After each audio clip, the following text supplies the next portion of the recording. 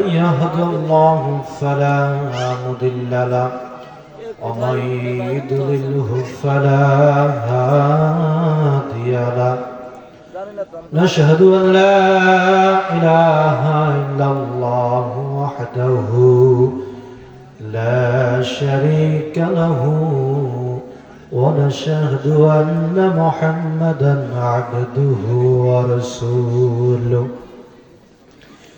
أرسله بالحق بشيرا ونذيرا وداعيا إلى الله بإذنه وسراجا منيرا فقال الله تعالى في كلامه المجيد والفرقانه الحميد أعوذ بالله من الشيطان الرجيم بسم الله الرحمن الرحيم إن الله وملائكته يصلون على النبي يا أيها الذين آمنوا صلوا عليه وسلموا تسليما اللهم صل على سيدنا مولانا محمد وعلى آل سيدنا مولانا محبته پر درود ওহে মুমিন ভাই বসিয়া মোদের দুরুদ শোনেন নবীজি রোজা পাকে শুইয়া আল্লাহুম্মা সাল্লি আলা সাইয়্যিদিনা মাওলানা মুহাম্মদ وعلى آل سيدنا مولانا محمد الحمد لله মান্দরবাড়িয়া নারকেলবাড়িয়া যুব সংঘের উদ্যোগে প্রথম বার্ষিক তাফসিরুল কোরআন মাহফিলের প্রধান বক্তা শায়খ সাইদুর রহমান দামাতওয়ালিয়া, দ্বিতীয় বক্তা মুফতি মাসুদুর রহমান, তৃতীয় বক্তা সালিম বিন শাকাওয়াত। আজকের মাহফিলের সম্মানিত সভাপতি আলহাজ হযরত মাওলানা এ কে জাফর সাদেক, সার্বিক তত্ত্বাবধানে মাওলানা মুফতি শরীফ আক্তার জামান সাহেব, অধ্যক্ষ ডব্লিউ সিনিয়র ফাজিল মাদ্রাসা বড়ুয়া। আজকের মাহফিলের সম্মানিত ওলামা ইকরাম, সামনে বসা সম্মানিত প্রাণপ্রিয় মুসলমান ভাইয়েরা, পর্দার আড়ালে অবস্থানগত সম্মানিত মা ও বোনেরা, সর্বপ্রথম আল্লাহ তাআলার দরবারে শুকরিয়া জ্ঞাপন করছি যে আল্লাহ তাবারক ওয়া তাআলা আমাকে আপনাকে দুনিয়ার জান্নাতের বাগিচার মধ্যে আসার মতো বসার মতো সুযোগ করে দিলেন। সকলে বলি আলহামদুলিল্লাহ। আমরা আল্লাহর প্রশংসা করলাম। আল্লাহ খুশি হলো না অসন্তুষ্ট হলো বলুন তো? এটা কোনো সন্দেহ আছে? আল্লাহ তাআলার কোনো সন্তান আছে? কোনো সন্ততি আছে? তার আপন জন বলতে কেউ আছে বলুন? আল্লাহ আমার আপনার দিকে তাকিয়ে থাকেন যে আমার বান্দা, আমার প্রিয় বান্দা বান্দিকে কখন আমাকে স্মরণ করবে, কখন আমাকে ডাকবে। যখন তার গোলাম দিল থেকে আল্লাহকে আল্লাহ বলে ডাক দেয়, আল্লাহ অন্তর ঠান্ডা হয়ে যায়, বলি সুবহানাল্লাহ। আল্লাহ বান্দার অপেক্ষায় থাকে। আল্লাহ তাআলা চায় তার সমস্ত বান্দা বান্দী গুনাহ থেকে মুক্ত হয়ে জান্নাতে চলে যায়, বলি সুবহানাল্লাহ। প্রত্যেকটা প্রত্যেকটা মানুষকে যদি আল্লাহ তাআলা জান্নাতে দেন, প্রত্যেকটা মানুষ যদি তার কৃত কর্ম করে জান্নাতে চলে যায়, এতে আল্লাহর কোনো ক্ষতি আছে? আল্লাহর কোনো লাভ আছে? লাভও নাই, ক্ষতিও নাই। তবে আল্লাহ তাআলা প্রত্যেকটা বান্দা বান্দি কল্যাণ চান। কি চান বলুন? কল্যাণ চান, ভালো চান যে আমার বান্দা বান্দি তারা বেশি বেশি করে আমাকে ডাকুক, আমার কাছে তওবা করুক, তওবা করে মাফ চাক। আজকে মাহফিলে আসছে, এই যে এখানে আমরা বসছি, কথাবার্তা বলতেছি, আপনারা শুনতেছেন, এখান থেকে যে বাড়ি ফিরে যেতে পারবো এর কোনো গ্যারান্টি আছে বলুন তো? আছে? কোনো গ্যারান্টি নেই। আজকে এখানে আসছি, যদি তওবা করে যেতে পারি, খাস তওবা করে যেতে পারি মাহফিলের ময়দান থেকে, যে রব্বুল ইজ্জত পূর্বে যত অন্যায় করেছি, যত গুনাহের কাজ করেছি, এই কাজগুলো করব না। এখন থেকে, এই মুহূর্ত থেকে, জীবনে যতদিন বাঁচবো, তুমি যতদিন আমাকে হায়াতে বাঁচিয়ে রাখো, ততদিন কোনো খারাপ কাজ করব তুমি আমাকে মাফ করো। আশা করা যায় আল্লাহ তাআলা নৈরাশ করবেন না, যেহেতু আল্লাহ তাআলা গফুর রহিম, তার মতো দয়ার মালিক আপনি আর কাউকে খুঁজে পাবেন না। ইন্নাল্লাহ গফুর রহিম, নিশ্চয় আল্লাহ তাআলা দয়ালু, নিশ্চয় আল্লাহ তাআলা গফুর, তার মতো এরকম একজন দ্বিতীয় দয়ার মালিক আপনি কাউকেই পাবেন না। বান্দা কন্টিনিউ গুনাহ করে, গুনাহ করা বান্দার স্বভাব, এরপর আল্লাহ তাআলা সাথে সাথে আযাব দেন না। কি জন্য আযাব দেন না? রব্বুল আলামিন আমাকে আপনাকে সময় দিচ্ছেন, সুযোগ দিচ্ছেন যে বান্দা তুমি গুনাহ করতেছো, সাথে সাথে আমি আযাব দিচ্ছি না, তোমাকে দেখো কত ভালোবাসি, তুমি ফিরে আসো, তুমি আমার কথা ফিরে আসো, তুমি তওবা করো, আমার কাছে ক্ষমা চাও, রাত্রে তাহাজ্জুদের নামাজ পড়ে কান্না করো, 5 ওয়াক্ত নামাজ পড়ে কান্না করো, তুমি শয়তানের পথ থেকে ফিরে আসো বান্দা, আমি তোমাকে মাফ করব, তোমাকে মাফ করে জান্নাতবাসী করব। বলি সুবহানাল্লাহ। রব্বুল আলামিন বলেন, ইন্নাল্লাযীনা আমানু ওয়া আমিলুস সালিহাতি কানাত লাহুম জান্নাতুল ফিরদাউস নুজুলা। আল্লাহ তাআলা বলেন, নিশ্চয় যারা ঈমান এনেছে, ঈমান আনার পরে আমলে সালেহ করেছে, সৎ কর্ম করেছে, এদেরকে জান্নাতুল ফিরদাউসে আপ্যায়ন করা হবে, মেহমানদারি করা হবে। সুবহানাল্লাহ। খালিদিনা ফিহা লা ইয়াবগুনা আনহা হিওয়ালা, এই মানুষগুলোকে জান্নাতের ভিতর ঢোকানো হবে, আর কোনোদিন বের করা হবে না। বলি সুবহানাল্লাহ। আল্লাহ তাআলা আমাকে আপনাকে জান্নাতে দিবে, দিয়ে আবার বলবেন না তোমাকে জান্নাত দিলে আমি একটু পরে বেরিয়ে যাও, এই কথা আমার আল্লাহ বলবেন না। আমার আল্লাহর ওয়াদা 100% সত্য, নির্ভেজাল ওয়াদা, কোনো সন্দেহ আছে? এই কিছুদিন পূর্বে পশ্চিমা কান্ট্রি প্রায় 10,000 খ্রিস্টান একসাথে মুসলমান হয়ে গেছে। বলি সুবহানাল্লাহ। এই ইসলাম এতটা শান্তিপ্রিয় ধর্ম আপনি আর দ্বিতীয়ত অন্য কোন ধর্ম পাবেন না। ইসলাম, আল্লাহর কাছে সব থেকে মনোনীত ধর্ম, পছন্দ ধর্ম হচ্ছে কি? ইসলাম। আপনি ইসলাম নিয়ে যত গবেষণা করবেন, কুরআন নিয়ে যত আপনি গবেষণা করবেন, ততই বেশি আপনি আল্লাহর দিকে মনোযোগী হবেন। আপনি বুঝতে পারবেন যে আসলেই এই ইসলাম ছাড়া অন্য কোন ধর্মে কোনো শান্তি নাই। আপনি কোরআন নিয়ে গবেষণা করুন।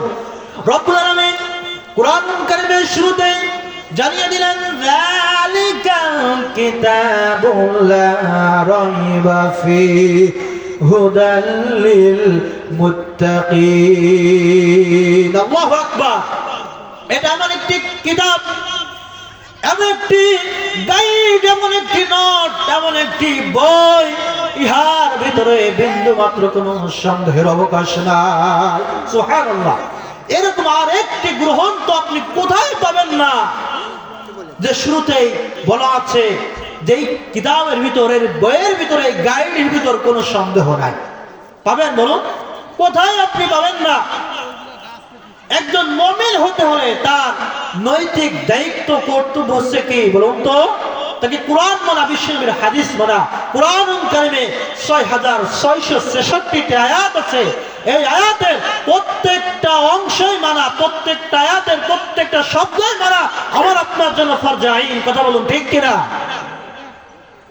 কাদিয়ানী সম্প্রদায় সামান্য একটি শব্দ মানে না। কোরআন কারীমের ৬৬৬৬ আয়াতের সামান্য একটু শব্দ মানে না। খাতামুন নবিয়্যিন, বিশ্বনবী সর্বশেষ নবী, এই কথাটা না মানার কারণে কাদিয়ানী সম্প্রদায় তারা কাফের হয়ে গেছে। সমস্ত হক উলামায়ে ইকরাম কাদিয়ানীদেরকে কাফের ঘোষণা করেছে। আমার প্রিয় ভাইয়েরা, আমরা যে মুসলিম হিসেবে দাবি করি, আমরা মিলিয়ে দেখি যে আমি আপনি কোরআন কতটুকু মানি, কোরআন কতটুকু মেনে আমল করি, হাদিস কতটুকু মানি, কতটুকু আমার আপনার এই জীবনে বাস্তবায়ন আছে। মুসলমান অনেকে দাবি করে,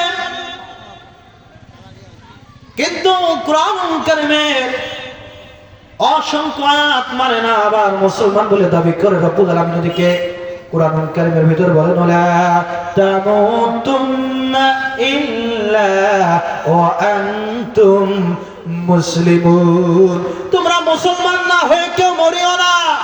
কার কথা বলুন তো? আল্লাহর কথা।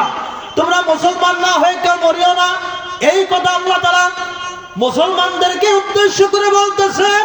কোন কাফের, কোন মুশরিক, কোন অমুসলিমদেরকে উদ্দেশ্য করে আমার আল্লাহ তাআলা বলেন নাই। আমরা যারা মুসলিম বলে দাবি করি, যারা মুসলমানের ঘরে জন্ম নিয়েছি, যারা মুসলিম হয়েছি, আমাকে আপনাকে উদ্দেশ্য করে আল্লাহ বলতেছেন যে তোমরা মুসলমান না হয়ে কেউ মরিও না। কত বড় একটি কথা! এর ব্যাখ্যা বুঝতে হবে যে তোমরা মুসলমান না হয়ে কেউ মরিও না। তাহলে কেমন মুসলমান হতে হবে?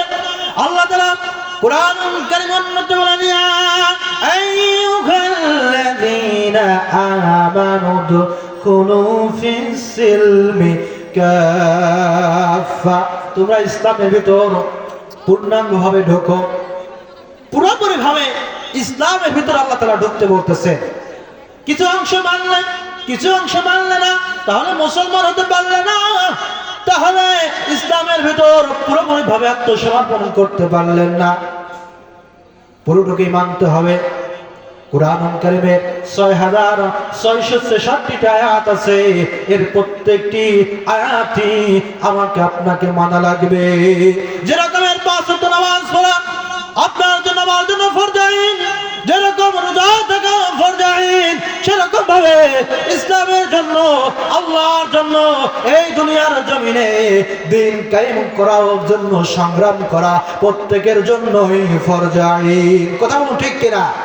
কোন বাতিল, কোন নাস্তিক, কোন জালেম যদি শাসক হয়, তাদের বিরুদ্ধে লড়া, সংগ্রাম করা, যুদ্ধ করা প্রত্যেকটা মুসলমানের উপর ফরজ। কথা বলুন ঠিক কিনা?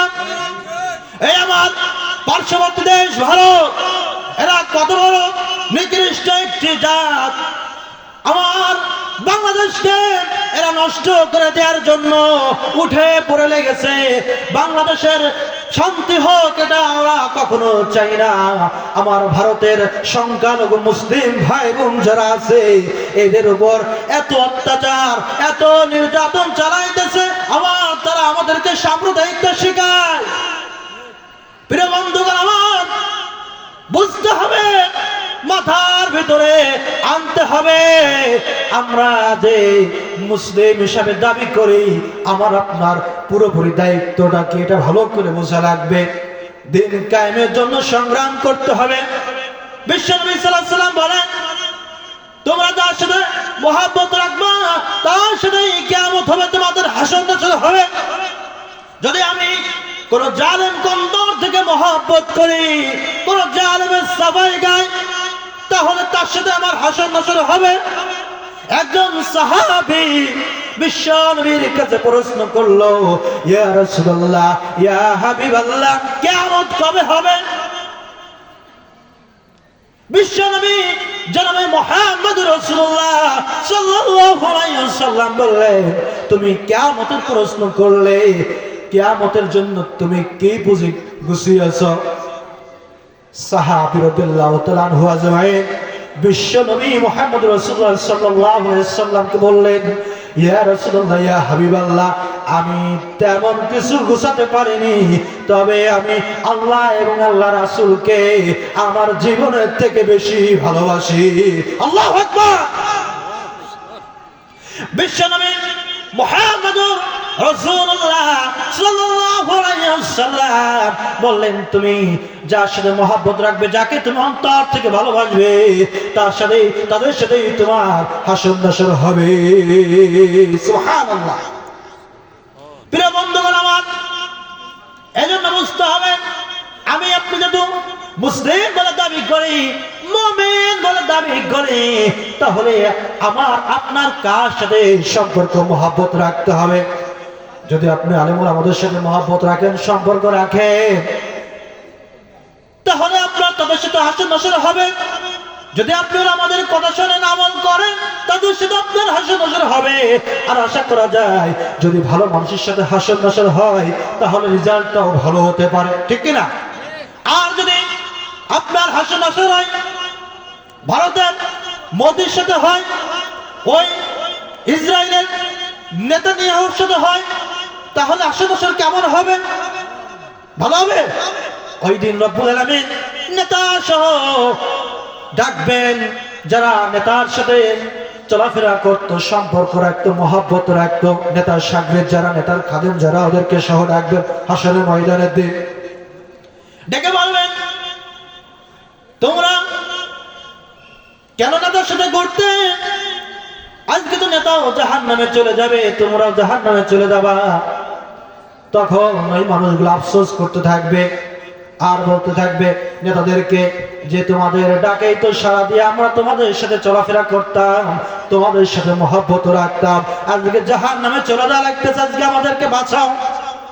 নেতা বলবে, তোরা তো ঘুরতি টাকার জন্য, এক প্যাকেট বিড়ির জন্য ঘুরতি, একটা গুলির জন্য ঘুরতি, লোভের জন্য ঘুরতি, তোদের লজ্জা করে না? আরে আমি তো জাহান্নামে চলে যাচ্ছি, এখান থেকে ভেগে যা। রব্বুল আলামিন ওই নেতা সহ নেতার খাদেমদেরকে একসাথে করে জাহান্নামের ভিতর ঢুকিয়ে দেবে। পাপিষ্ঠ মানুষগুলো ওই দিন বলবেন, ইয়াকুলু ইনসানু ইয়াউমাইযিন আইনাল মাফার কাল্লা নাযার ইলা রাব্বিকা ইয়াউমাইযিনিল মুস্তাকার। সূরা কিয়ামত খুলে দেখবেন, পাপিষ্ঠ মানুষ যারা ওই হাসরের ময়দানের দিনে তারা বলবে, ইয়াকুলু ইনসানু ইয়াউমাইযিন আইনাল মাফার, আজকে পালাবো কোথায়? কোন জায়গা দিয়ে পালাবো? এই দুনিয়ার জমিনে দেখেন, এই দুনিয়ার জমিনে দেখেন কত আসামি শোনা যায় জেলখানা থেকে পালিয়ে যায়, পালিয়ে চলে আসে। কিন্তু ওই হাসরের ময়দান এমন একটি ময়দান যেখানে মানুষ একবার যাবে আর কোনোদিন পালাতে পারবে না। আল্লাহ নিজে জবাব দিচ্ছেন, কাল্লা নাযার, না না, কোথাও কোনো আশ্রয়স্থল নেই, কোথাও পালানোর জায়গা নেই, কোথাও পালাতে পারবা না। তাহলে প্রিয় বন্ধুগণ আমার, কেন আমরা জালেম নেতাদের অনুসরণ করব? আমরা মুসলমান, আমরা দিন কায়েমের জন্য আল্লাহর জন্য সংগ্রাম করব, আমরা ভালো মানুষের সাথে মহব্বত রাখবো। একটু জিকির করি, লা ইলাহা ইল্লাল্লাহ, লা ইলাহা ইল্লাল্লাহ। একটু মহব্বতে জিকির করি, লা ইলাহা সুবহানাল্লাহ, আলহামদুলিল্লাহ, লা ইলাহা ইল্লাল্লাহ, লা ইলাহা। তুমি বাঁচাও, তুমি মারো, অভিরত ক্ষমা করো। তুমি বাঁচাও, তুমি মারো, অভিরত ক্ষমা করো। ধরার যে জন তাকেই ধরো, ধরার যে জন তাকেই ধরো। তোমার মুঠোই সবই আল্লাহ, সুবহানাল্লাহ, আলহামদুলিল্লাহ, লা ইলাহা, লা ইলাহা তোমার জিকে পরে অবাধ্য হই কেমন করে, তোমার জিকে পরে অবাধ্য হই কেমন করে, খুঁজে না পাই কোন ভাষা, আমি খুঁজে না পাই কোন ভাষা, শুকুর গুজার করার আল্লাহ। সুবহানাল্লাহ আলহামদুলিল্লাহ লা ইলাহা ইল্লাল্লাহ, সুবহানাল্লাহ আলহামদুলিল্লাহ লা ইলাহা ইল্লাল্লাহ, লা ইলাহা ইল্লাল্লাহু মুহাম্মাদুর রাসূলুল্লাহ সাল্লাল্লাহু আলাইহি ওয়াসাল্লাম। প্রিয় বন্ধুগণ আমার, আমি সামান্য কিছু সময় কথা বলবো ইনশাআল্লাহ। আমরা যারা এখানে বসেছি, আমরা প্রত্যেকে আল্লাহ সন্তুষ্টের জন্যই বসেছি, ঠিক কিনা বলুন? আমরা প্রত্যেকে জান্নাতে যেতে চাই, জান্নাতে যেতে চাই না বলুন? প্রত্যেকে আমরা মুসলমান, মুসলমানই তো জান্নাতে যাবে না, ইহুদি খ্রিস্টান নাস্তিকরা জান্নাতে যাবে না, মুসলমানেরাই যাবে। তাহলে কেন আমরা ভুল পথে থাকবো? আমরা ভুল পথে আর থাকবো না, আমরা সঠিক পথে ফিরে আসবো ইনশাআল্লাহ। তওবার দরজা খোলা, মুমিনের জন্য তওবার দরজা আল্লাহ তাআলা খুলে দিয়েছেন। মুমিনকে, একজন মুমিন, তাকে আল্লাহ তাআলা বিভিন্ন সময় বিভিন্ন রকমের পরীক্ষা করেন, নানা রকম পরীক্ষা করেন, বিপদ আপদ দিয়ে, অসুখ বিসুখ দিয়ে, বিভিন্ন রকমের সমস্যা দিয়ে আল্লাহ তাআলা পরীক্ষা করেন। এই পরীক্ষায় যারা সবর অবলম্বন করবে, ধৈর্য ধারণ করবে, রব্বুল আলামিন এদেরকে পুরস্কৃত করবেন, এদেরকে জান্নাত দাখিল করবেন। সুবহানাল্লাহ। একজন মুমিন, একজন প্রকৃত মুসলমান, সে সর্বদা শাহাদাতের তামান্না নিয়ে ঘুরে বেড়ায়। জালেমেরা আমাদেরকে ভয় দেখায়, অর্থাৎ মুসলমান ধর্মের মানুষ, অন্য সম্প্রদায়ের মানুষ, ওরা তো জালেম, ওরা আমাদেরকে ভয় দেখায় যে তোমরা যদি আমাদের সাথে সম্পর্ক না রাখো, আমাদের কথা মতো যদি না চলো, তাহলে তোমাদেরকে এমন হাল করব তোমরা কেউ বাঁচতে পারবা না। আমরা মুমিন, আমরা কি মৃত্যুকে ভয় করি? সাহাবা কিরাম রাদিয়াল্লাহু আনহুম আজমাইনদেরকে বলছে, জালেমেরা তোমরা ঈমান ছেড়ে দাও, তা না হলে বেশে ডেকে তেল গরম করা হয়, চর্বিতে পুড়িয়ে ছাই ছাই করে দেবো, ভস্ম করে দেবো। সাহাবা রাদিয়াল্লাহু আনহু আজমাইনরা তারা বলেছে, জালেমদেরকে বলে দিয়েছে যে ঈমান কোন অবস্থাতে ছাড়বো না, ছাড়তে তো পারবোই না, ওরকমের তেলের ভয় দেখিয়ে লাভ নাই। যদি আল্লাহ তাআলা এরকম জীবন 100 বারকে 1000 বারও দেয়, তারপরেও জালেমের সামনে মাথা নত করবো? মাথা নত করে নাই। আমরা সেই বীরের জাতি, বদরের ময়দানে 313 জন সৈন্য নিয়ে বিশ্ব নবী সাল্লাল্লাহু আলাইহি ওয়াসাল্লাম যুদ্ধ করেছিল। 313 জন, কাফের ছিল 1000 প্লাস। ঝাঁকে ঝাঁকে রব্বুল আলামিন আল্লাহ ফেরেশতা নাজিল করেছিল। আজকে দেখো যে ওই যে ইসরায়েল, ইহুদি দেশ, মুসলমানদের ভূখণ্ড ফিলিস্তিন, কথাগুলো ভালো করে শুনবে। এই ফিলিস্তিনে ভূখণ্ড ইসরায়েল এরা দখল করে নিয়েছে। আবার সেই নিরীহ আমার মুসলিম ভাই বোন, তাদের উপরে এত অত্যাচার, এত নির্যাতন করতেছে। প্রতিদিন মানুষ মরতেছে, হাজার হাজার লক্ষ লক্ষ মানুষ অলরেডি মরে গেছে। ওদিকে আবার নতুন করে ধরছে সিরিয়ায়, লেবানন ধরছে। ওদের চিন্তা ভাবনা, ইহুদিদের চিন্তা ভাবনা যে আমরা এই পৃথিবীকে শাসন করব, কোন জাতি শাসন করতে পারবে না। ইহুদি জাতি কুরআন কারিমে আছে, এরাও একটি অভিশপ্ত জাতি। এদেরকে কিয়ামত পর্যন্ত রব্বুল আলামিন কোনো ভূখণ্ড দেবেন না। ওরা এত অভিশপ্ত জাতি। আর এই ইহুদিরা তো সব জারজ সন্তান। কি সন্তান বলুন? যেগুলো জারজ সন্তান, সেগুলো কোরআন কারিমের কথা শুনতে পারে বলুন? কোরআনের কথা শুনলেই ওদের গা জ্বলে। কি জ্বলে বলুন? মানে ইহুদিদের কথা বলতেছি। ওদের এই কোরআন সহ্য হয় না, মুসলমান সহ্য হয় না। মুসলমানদেরকে মারা, ওদের এটা একটি পছন্দের কাজ যে মুসলমানরা মরে যাক, মানুষ মরে যাক, কিন্তু ওরা প্রাণী হত্যায় আবার কঠোর অবস্থান করে। প্রাণী হত্যা করা যাবে না, কিন্তু মুসলমানদেরকে মানুষ মেরে মেরে সাফ করে ফেলতেছে, এ বিষয়ে কোনো মায়া নেই, কোনো দয়া নেই। ইহুদি জাতির মতো এই মুসলমান বাদে যত ধর্মের মানুষ আছে, সমস্ত ধর্মের মানুষই এরা অত্যাচারী, এরা নিষ্ঠুর, এরা জালেম, এরা কোরআনুল কারীমকে সহ্য করতে পারে না, কোরআনুল কারীমের কথাগুলো শুনতে পারে না। আপনি দেখবেন যে যারাই কোরআনুল কারীমের বিরোধিতা করবে, বুঝবেন যে জন্মে ভেজাল আছে। কি আছে বলুন?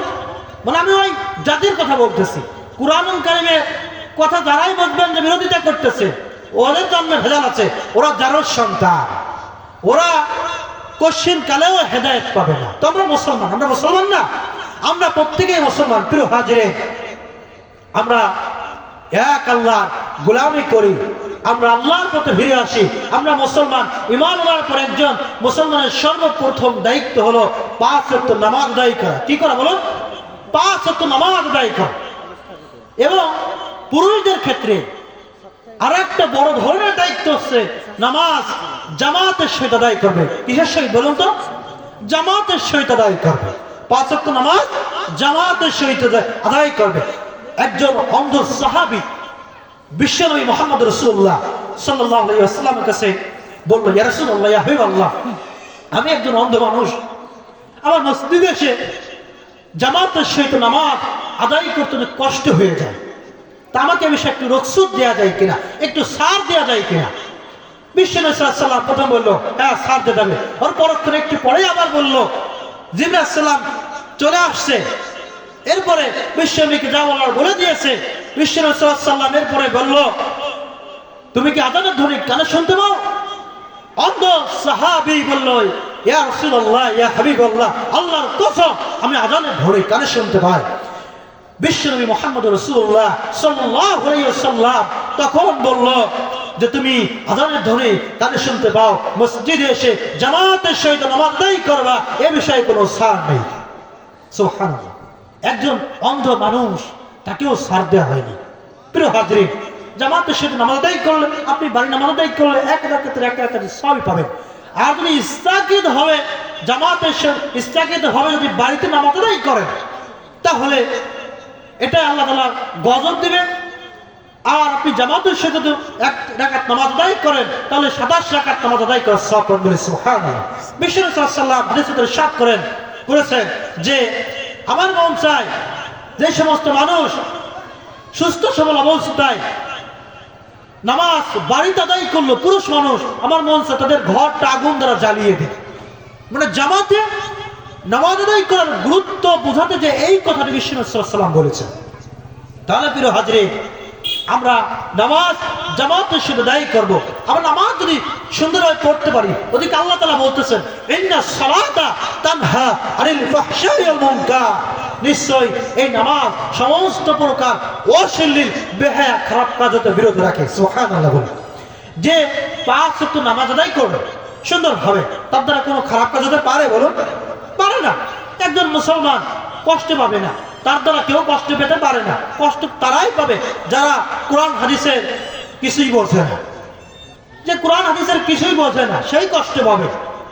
যাকে আল্লাহ তাআলা হেদায়েত দেননি, সেই কষ্ট পাবে। যার ভিতর আল্লাহর ভয় নাই, সেই কষ্ট পাবে। তাহলে প্রিয় হাজরিন, আমরা 5 ওয়াক্ত নামাজ কোনো অবস্থাতেই ছাড়বো না, ইনশাআল্লাহ। কোনো অবস্থাতেই নামাজ ছাড়বো না। আপনার সমস্যা আছে, বিশেষ সমস্যা, আপনি বাড়িতে নামাজ আদায় করলেন, এ বিষয়ে ছাড় আছে।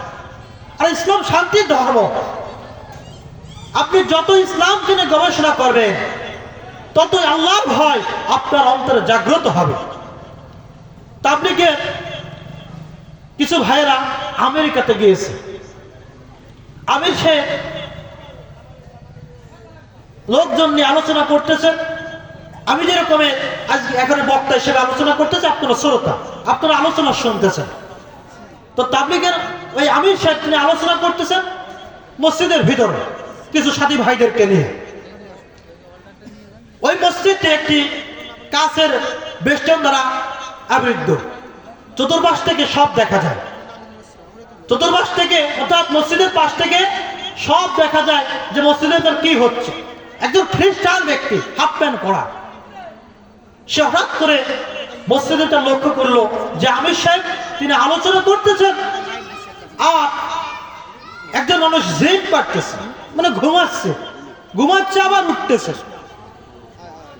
হঠাৎ করে ওই খ্রিস্টান লোক হাফ প্যান্ট পরা ব্যক্তি তিনি মসজিদের ভিতর ঢুকে পড়ল। এবার তাবলীগের আমির সাহেব সহ সাথীরা একটু আতঙ্কিত হলো যে এই লোকটা আবার এই অবস্থায় কেন, আমাদের কোনো ক্ষতি করবে কিনা। এরপরে খ্রিস্টান ব্যক্তি তিনি ওই ঘুমানো ব্যক্তিকে বলল যে আপনি কত হাজার কোটি টাকার ওষুধ খেয়ে আসছেন বাংলাদেশ থেকে, এরকমের আপনার ঝিমে জমা ভাব এরকম ঘুমাচ্ছেন, অথচ আমি কত হাজার ডলার কোটি টাকার ওষুধ খেয়েছি এই ঘুমানোর জন্য, আমি 60 বছর ঘুমাতে পারি না। এবার জামাতের আমির সাহেব, তাবলীগের আমির সাহেব বলল তোমার ঘুমাতে হলে আমাদের কিছু টিপস মানা লাগবে, তোমার কি ঘুমের খুব প্রয়োজন? বলো তো অবশ্যই হুজুর, কত কোটি টাকা নেবেন আমি দিব, আমার এই ঘুমের দরকার। তখন তাবলীগ জামাতের আমির সাহেব তিনি বলল যে মুসলমানদের মতো উজু করতে হবে, গোসল করতে হবে। অবশ্যই করব। সে অবস্থায় উজু করে গোসল করে মসজিদে এসেছিল। আসার পরে আমির সাহেব আলোচনা শুরু করলো। লোকটার চোখে হঠাৎ করে ঘুমিয়ে পড়লো। নামাজের রক্ত শুরু হয়ে গেল। এবার তাবলীগের সাথী ভাইয়েরা তারা বলল যে আমির সাহেব এনাকে কি উঠাবো না নামাজের সময়? না, উনি আগে ঘুমা। একাধারে 3 দিন ঘুমালো। 60 বছর যে ব্যক্তি ঘুমাতে পারে না, 3 দিন পর যখন উঠলো, উঠার পরে তাবলীগ জামাতে আমির সাহেবকে বললো হুজুর, আমাকে আপনি কত হাজার কোটি ডলার টাকার ওষুধ খাইয়েছেন যে আমি এরকমের ঘুমায় পড়লাম। তখন জামাতের আমির সাহেব তিনি বলল যে আপনাকে ওষুধ খায়নি, এটা ইসলামের শান্তি, আল্লাহর মনোনীত বিধান ইসলাম। এই ইসলাম ছাড়া অন্য কোনো ধর্মের শান্তি নাই। এক এক করে যখন বোঝাতে লাগলো, হেদায়েত পেয়ে গেল, সাথে সাথে ওই খ্রিস্টান ব্যক্তি মুসলমান হয়ে গেল। বলি সুবহানাল্লাহ। সে বলল যে আমি তো মুসলমান হয়েছি, আমার পরিবারের অসংখ্য লোক আছে, তাদের চোখেও ঘুম নাই, আমি নিজে মুসলমান হয়েছি, তাদেরকেও মুসলমান বানাবো। হাজার হাজার এরকমের মুসলমান হয়ে যাচ্ছে আমেরিকাতে। ধারণা করা হচ্ছে 2050 সালের ভিতর আমেরিকা বৃহত্তম একটি মুসলিম দেশ হিসেবে প্রতিষ্ঠিত হবে ইনশাআল্লাহ। পৃথিবীতে দিন যত যাচ্ছে ততই মুসলমানদের সংখ্যা বৃদ্ধি পাচ্ছে। মুসলমান ধর্মকে, ইসলাম ধর্মকে বাতিলেরা, জালেমেরা যতই দাবানোর চেষ্টা করতেছে, মানুষ আকৃষ্ট হয়ে মুসলমান ধর্মে দীক্ষিত হচ্ছে। এই মুসলমান ধর্মকে, ইসলাম ধর্মকে কোন বাতিল দাবিয়ে রাখতে পারবে? কঠিন কালে না। আল্লাহ বলেছেন, আল্লাহ নিজে ওয়াদা করেছেন, ইন্না নাহনু নাযালনা যিকরা ওয়া ইন্না লাহু লাহাফিযুন। সূরা হিজরের ভিতরে আল্লাহ তাআলা বলতেছেন, নিশ্চয় এই কোরআন আমি অবতীর্ণ করেছি এবং এই কোরআন সংরক্ষণের দায়িত্ব আমি আল্লাহ নিজেই নিয়েছি। আল্লাহু আকবার। এই কোরআনুল কারীমকে যেই দাবিয়ে রাখতে চায়, এই ইসলাম ধর্মকে যেই দাবিয়ে রাখতে চায়, পারবে না। বেরিয়ে যাবে। এর আকৃষ্ট, এর সৌন্দর্য দেখে মানুষ আকৃষ্ট হয়ে ইসলামের ভিতর আসতেই থাকবে। কোনো সন্দেহ নাই। প্রিয় হাজরিন, আমরা যেহেতু প্রত্যেকেই মুসলমান, আমি যে কথাগুলো বলতেছি, কথাগুলো বাস্তব 100% সত্য এবং আপনাদের শিক্ষার জন্য। যেহেতু আমরা প্রত্যেকেই মুসলমান, আমরা সবাই জান্নাতে যেতে চাই। জান্নাতে যেতে চাই না? আল্লাহ তাআলা বলেন, ইয়া আইয়ুহাল্লাযীনা আমানু ও আনফুসাকুম ওয়া আহলিকুম নারা। হে মুমিনগণ, তুমি নিজে বাঁচো জাহান্নামের অগ্নি থেকে এবং তোমার পরিবারকে বাঁচাও। এরপরে সমাজ, রাষ্ট্র এবং মানুষদেরকে জাহান্নামের আগুন থেকে বাঁচানোর চেষ্টা করো। আগে নিজেকে আল্লাহ বাঁচতে বলছেন, তারপরে আপনারা। এই জন্য প্রিয় বন্ধুগণ আমার, আমি জাহান্নামের আগুন থেকে নিজে বাঁচার জন্য চেষ্টা করতেছি, আপনাদেরকেও জাহান্নামের আগুন থেকে বাঁচানোর চেষ্টা করতেছি। আমি যত কথাই বলি, ওই জাহান্নামের আগুন আপনার আমার কারো সহ্য করার কোনো ক্ষমতা আছে? কেউ সহ্য করতে পারবো না। আমার পর্দার আড়ালের অবস্থান করতে মায়েরাও হয়তো শুনতেছেন, আসলে আমরা ওই জাহান্নামের আগুন কোনো অবস্থাতে সহ্য করতে পারবো না। এই জন্য আল্লাহর মনোনীত হতে হবে, পছন্দের গোলাম হতে হবে। এই যে এখন যে সময়, এই সময় বেশি বেশি করে আপনি জিকির করেন, হাঁটতে চলতে পড়তে থাকেন লা ইলাহা ইল্লাল্লাহ, সুবহানাল্লাহ, আলহামদুলিল্লাহ, লা ইলাহা ইল্লাল্লাহ। আপনি যতটুকু কোরআন কারিমের আয়াত জানেন পড়তে থাকেন, এতে আপনার ফায়দা কি হবে জানেন? আপনি জমিনের যে জায়গা দিয়ে বিচরণ করতেছেন, চলাফেরা করতেছেন, যেই ভালো নিয়তে কাল হাসরের ময়দানে এই জমিন আপনার পক্ষে বিপক্ষে সাক্ষী দেবে বলে সুবহানাল্লাহ। আপনি যদি ভালো কাজ করতে করতে ভালো নিয়তে আল্লাহ সন্তুষ্টের জন্য যদি এই জমিনের উপরে চলতে থাকে, আল্লাহর নামগুলো নিতে নিতে এই জমিন কাল হাসরের ময়দানে আপনাকে সাক্ষী দেবে আপনার জন্য যে আল্লাহ তোমার এই বান্দাকে মাফ করো। তোমার এই বান্দা যখন আমার বুকের উপর দিয়ে চলাফেরা করতো, তখন তোমার নাম নিতে নিতে চলাফেরা করতো। তোমার এই বান্দাকে মাফ করো, তোমার বান্দাকে ক্ষমা করে জান্নাতবাসী করো। সুবহানাল্লাহ। এই জমিনের কথা আল্লাহ তাআলা ফেলবে না। তো প্রিয় হাজরিন, আমরা আল্লাহ সন্তুষ্টির জন্য কাজ করি। সমস্ত ইবাদত হবে কার জন্য? কার খুশির জন্য বলুন তো? আল্লাহর সন্তুষ্টির জন্য। আমরা মুসলমান, আমরা ফিরে আসি। আমরা কোন মন্ত্রতন্ত্র, কোন জালেম, কোন অত্যাচারী শাসকের সাথে সম্পর্ক রাখবো না, কোন অত্যাচারী মানুষের সাথে সম্পর্ক রাখবো না। আমরা আল্লাহর জন্য তাদের সাথে সম্পর্ক ছিন্ন করব। আমরা আল্লাহর জন্য জালেমের সাফাই গাবো না। সত্যকে সত্য বলবো, মিথ্যাকে মিথ্যা বলবো, যেহেতু আল্লাহ নিজেই বলেছেন তোমরা সত্যকে মিথ্যার সাথে মিশ্রিত করো না। কার কথা বলুন? আল্লাহর কথা। সত্য সত্য, মিথ্যা মিথ্যা। সে যে দলই হোক, যেই দলের মানুষ সত্য কথা বলবে, তার সেই সবাই গাইতে হবে সে সত্য কথা বলেছে, সে ভালো কাজ করেছে। সে যেই দলই হোক, যেই দলের মানুষই হোক, তার ভিতরে যদি খারাপ পাওয়া যায়, ওই খারাপটাকে খারাপই বলতে হবে, ঠিক না? কুরআন কারিমে দুইটা দলের কথা আছে। কয়টা দলের কথা বলুন তো? দুইটা দলের কথা। একটা হচ্ছে হিজবুল্লাহ, আল্লাহর দল, আর একটা হচ্ছে হিজবুশ শাইতান, শয়তানের দল। এই দুইটা দলের কথা আসছে, আর অন্য কোন দলের কথা আসে না। এবার আপনারা প্রশ্ন করতে পারেন, হুজুর যেহেতু দুইটা দলের কথা আসছে, আমার বাংলাদেশে তো অসংখ্য দল, তাহলে কোন দলের ভিতর যাব? হিজবুল্লাহ আল্লাহর দল। তো হিজবুল্লাহ আল্লাহর দল, এর ব্যাখ্যাটা আপনাকে বুঝতে হবে যে অসংখ্য দল আছে। কোন দলের মানুষ নির্ভেজাল আল্লাহর সন্তুষ্টির জন্য, দিন কায়েমের জন্য, দিনকে তরতাজা করার জন্য, আল্লাহর হুকুমত সংসদে কায়েমের জন্য কোন দলের মানুষ লড়তেছে? একমাত্র আল্লাহর সন্তুষ্টির জন্য, অন্য কোনো স্বার্থে না, শুধুমাত্র আল্লাহর জন্য। সেই দল আপনাকে করতে হবে। কথা ক্লিয়ার? নির্ভেজাল কথা।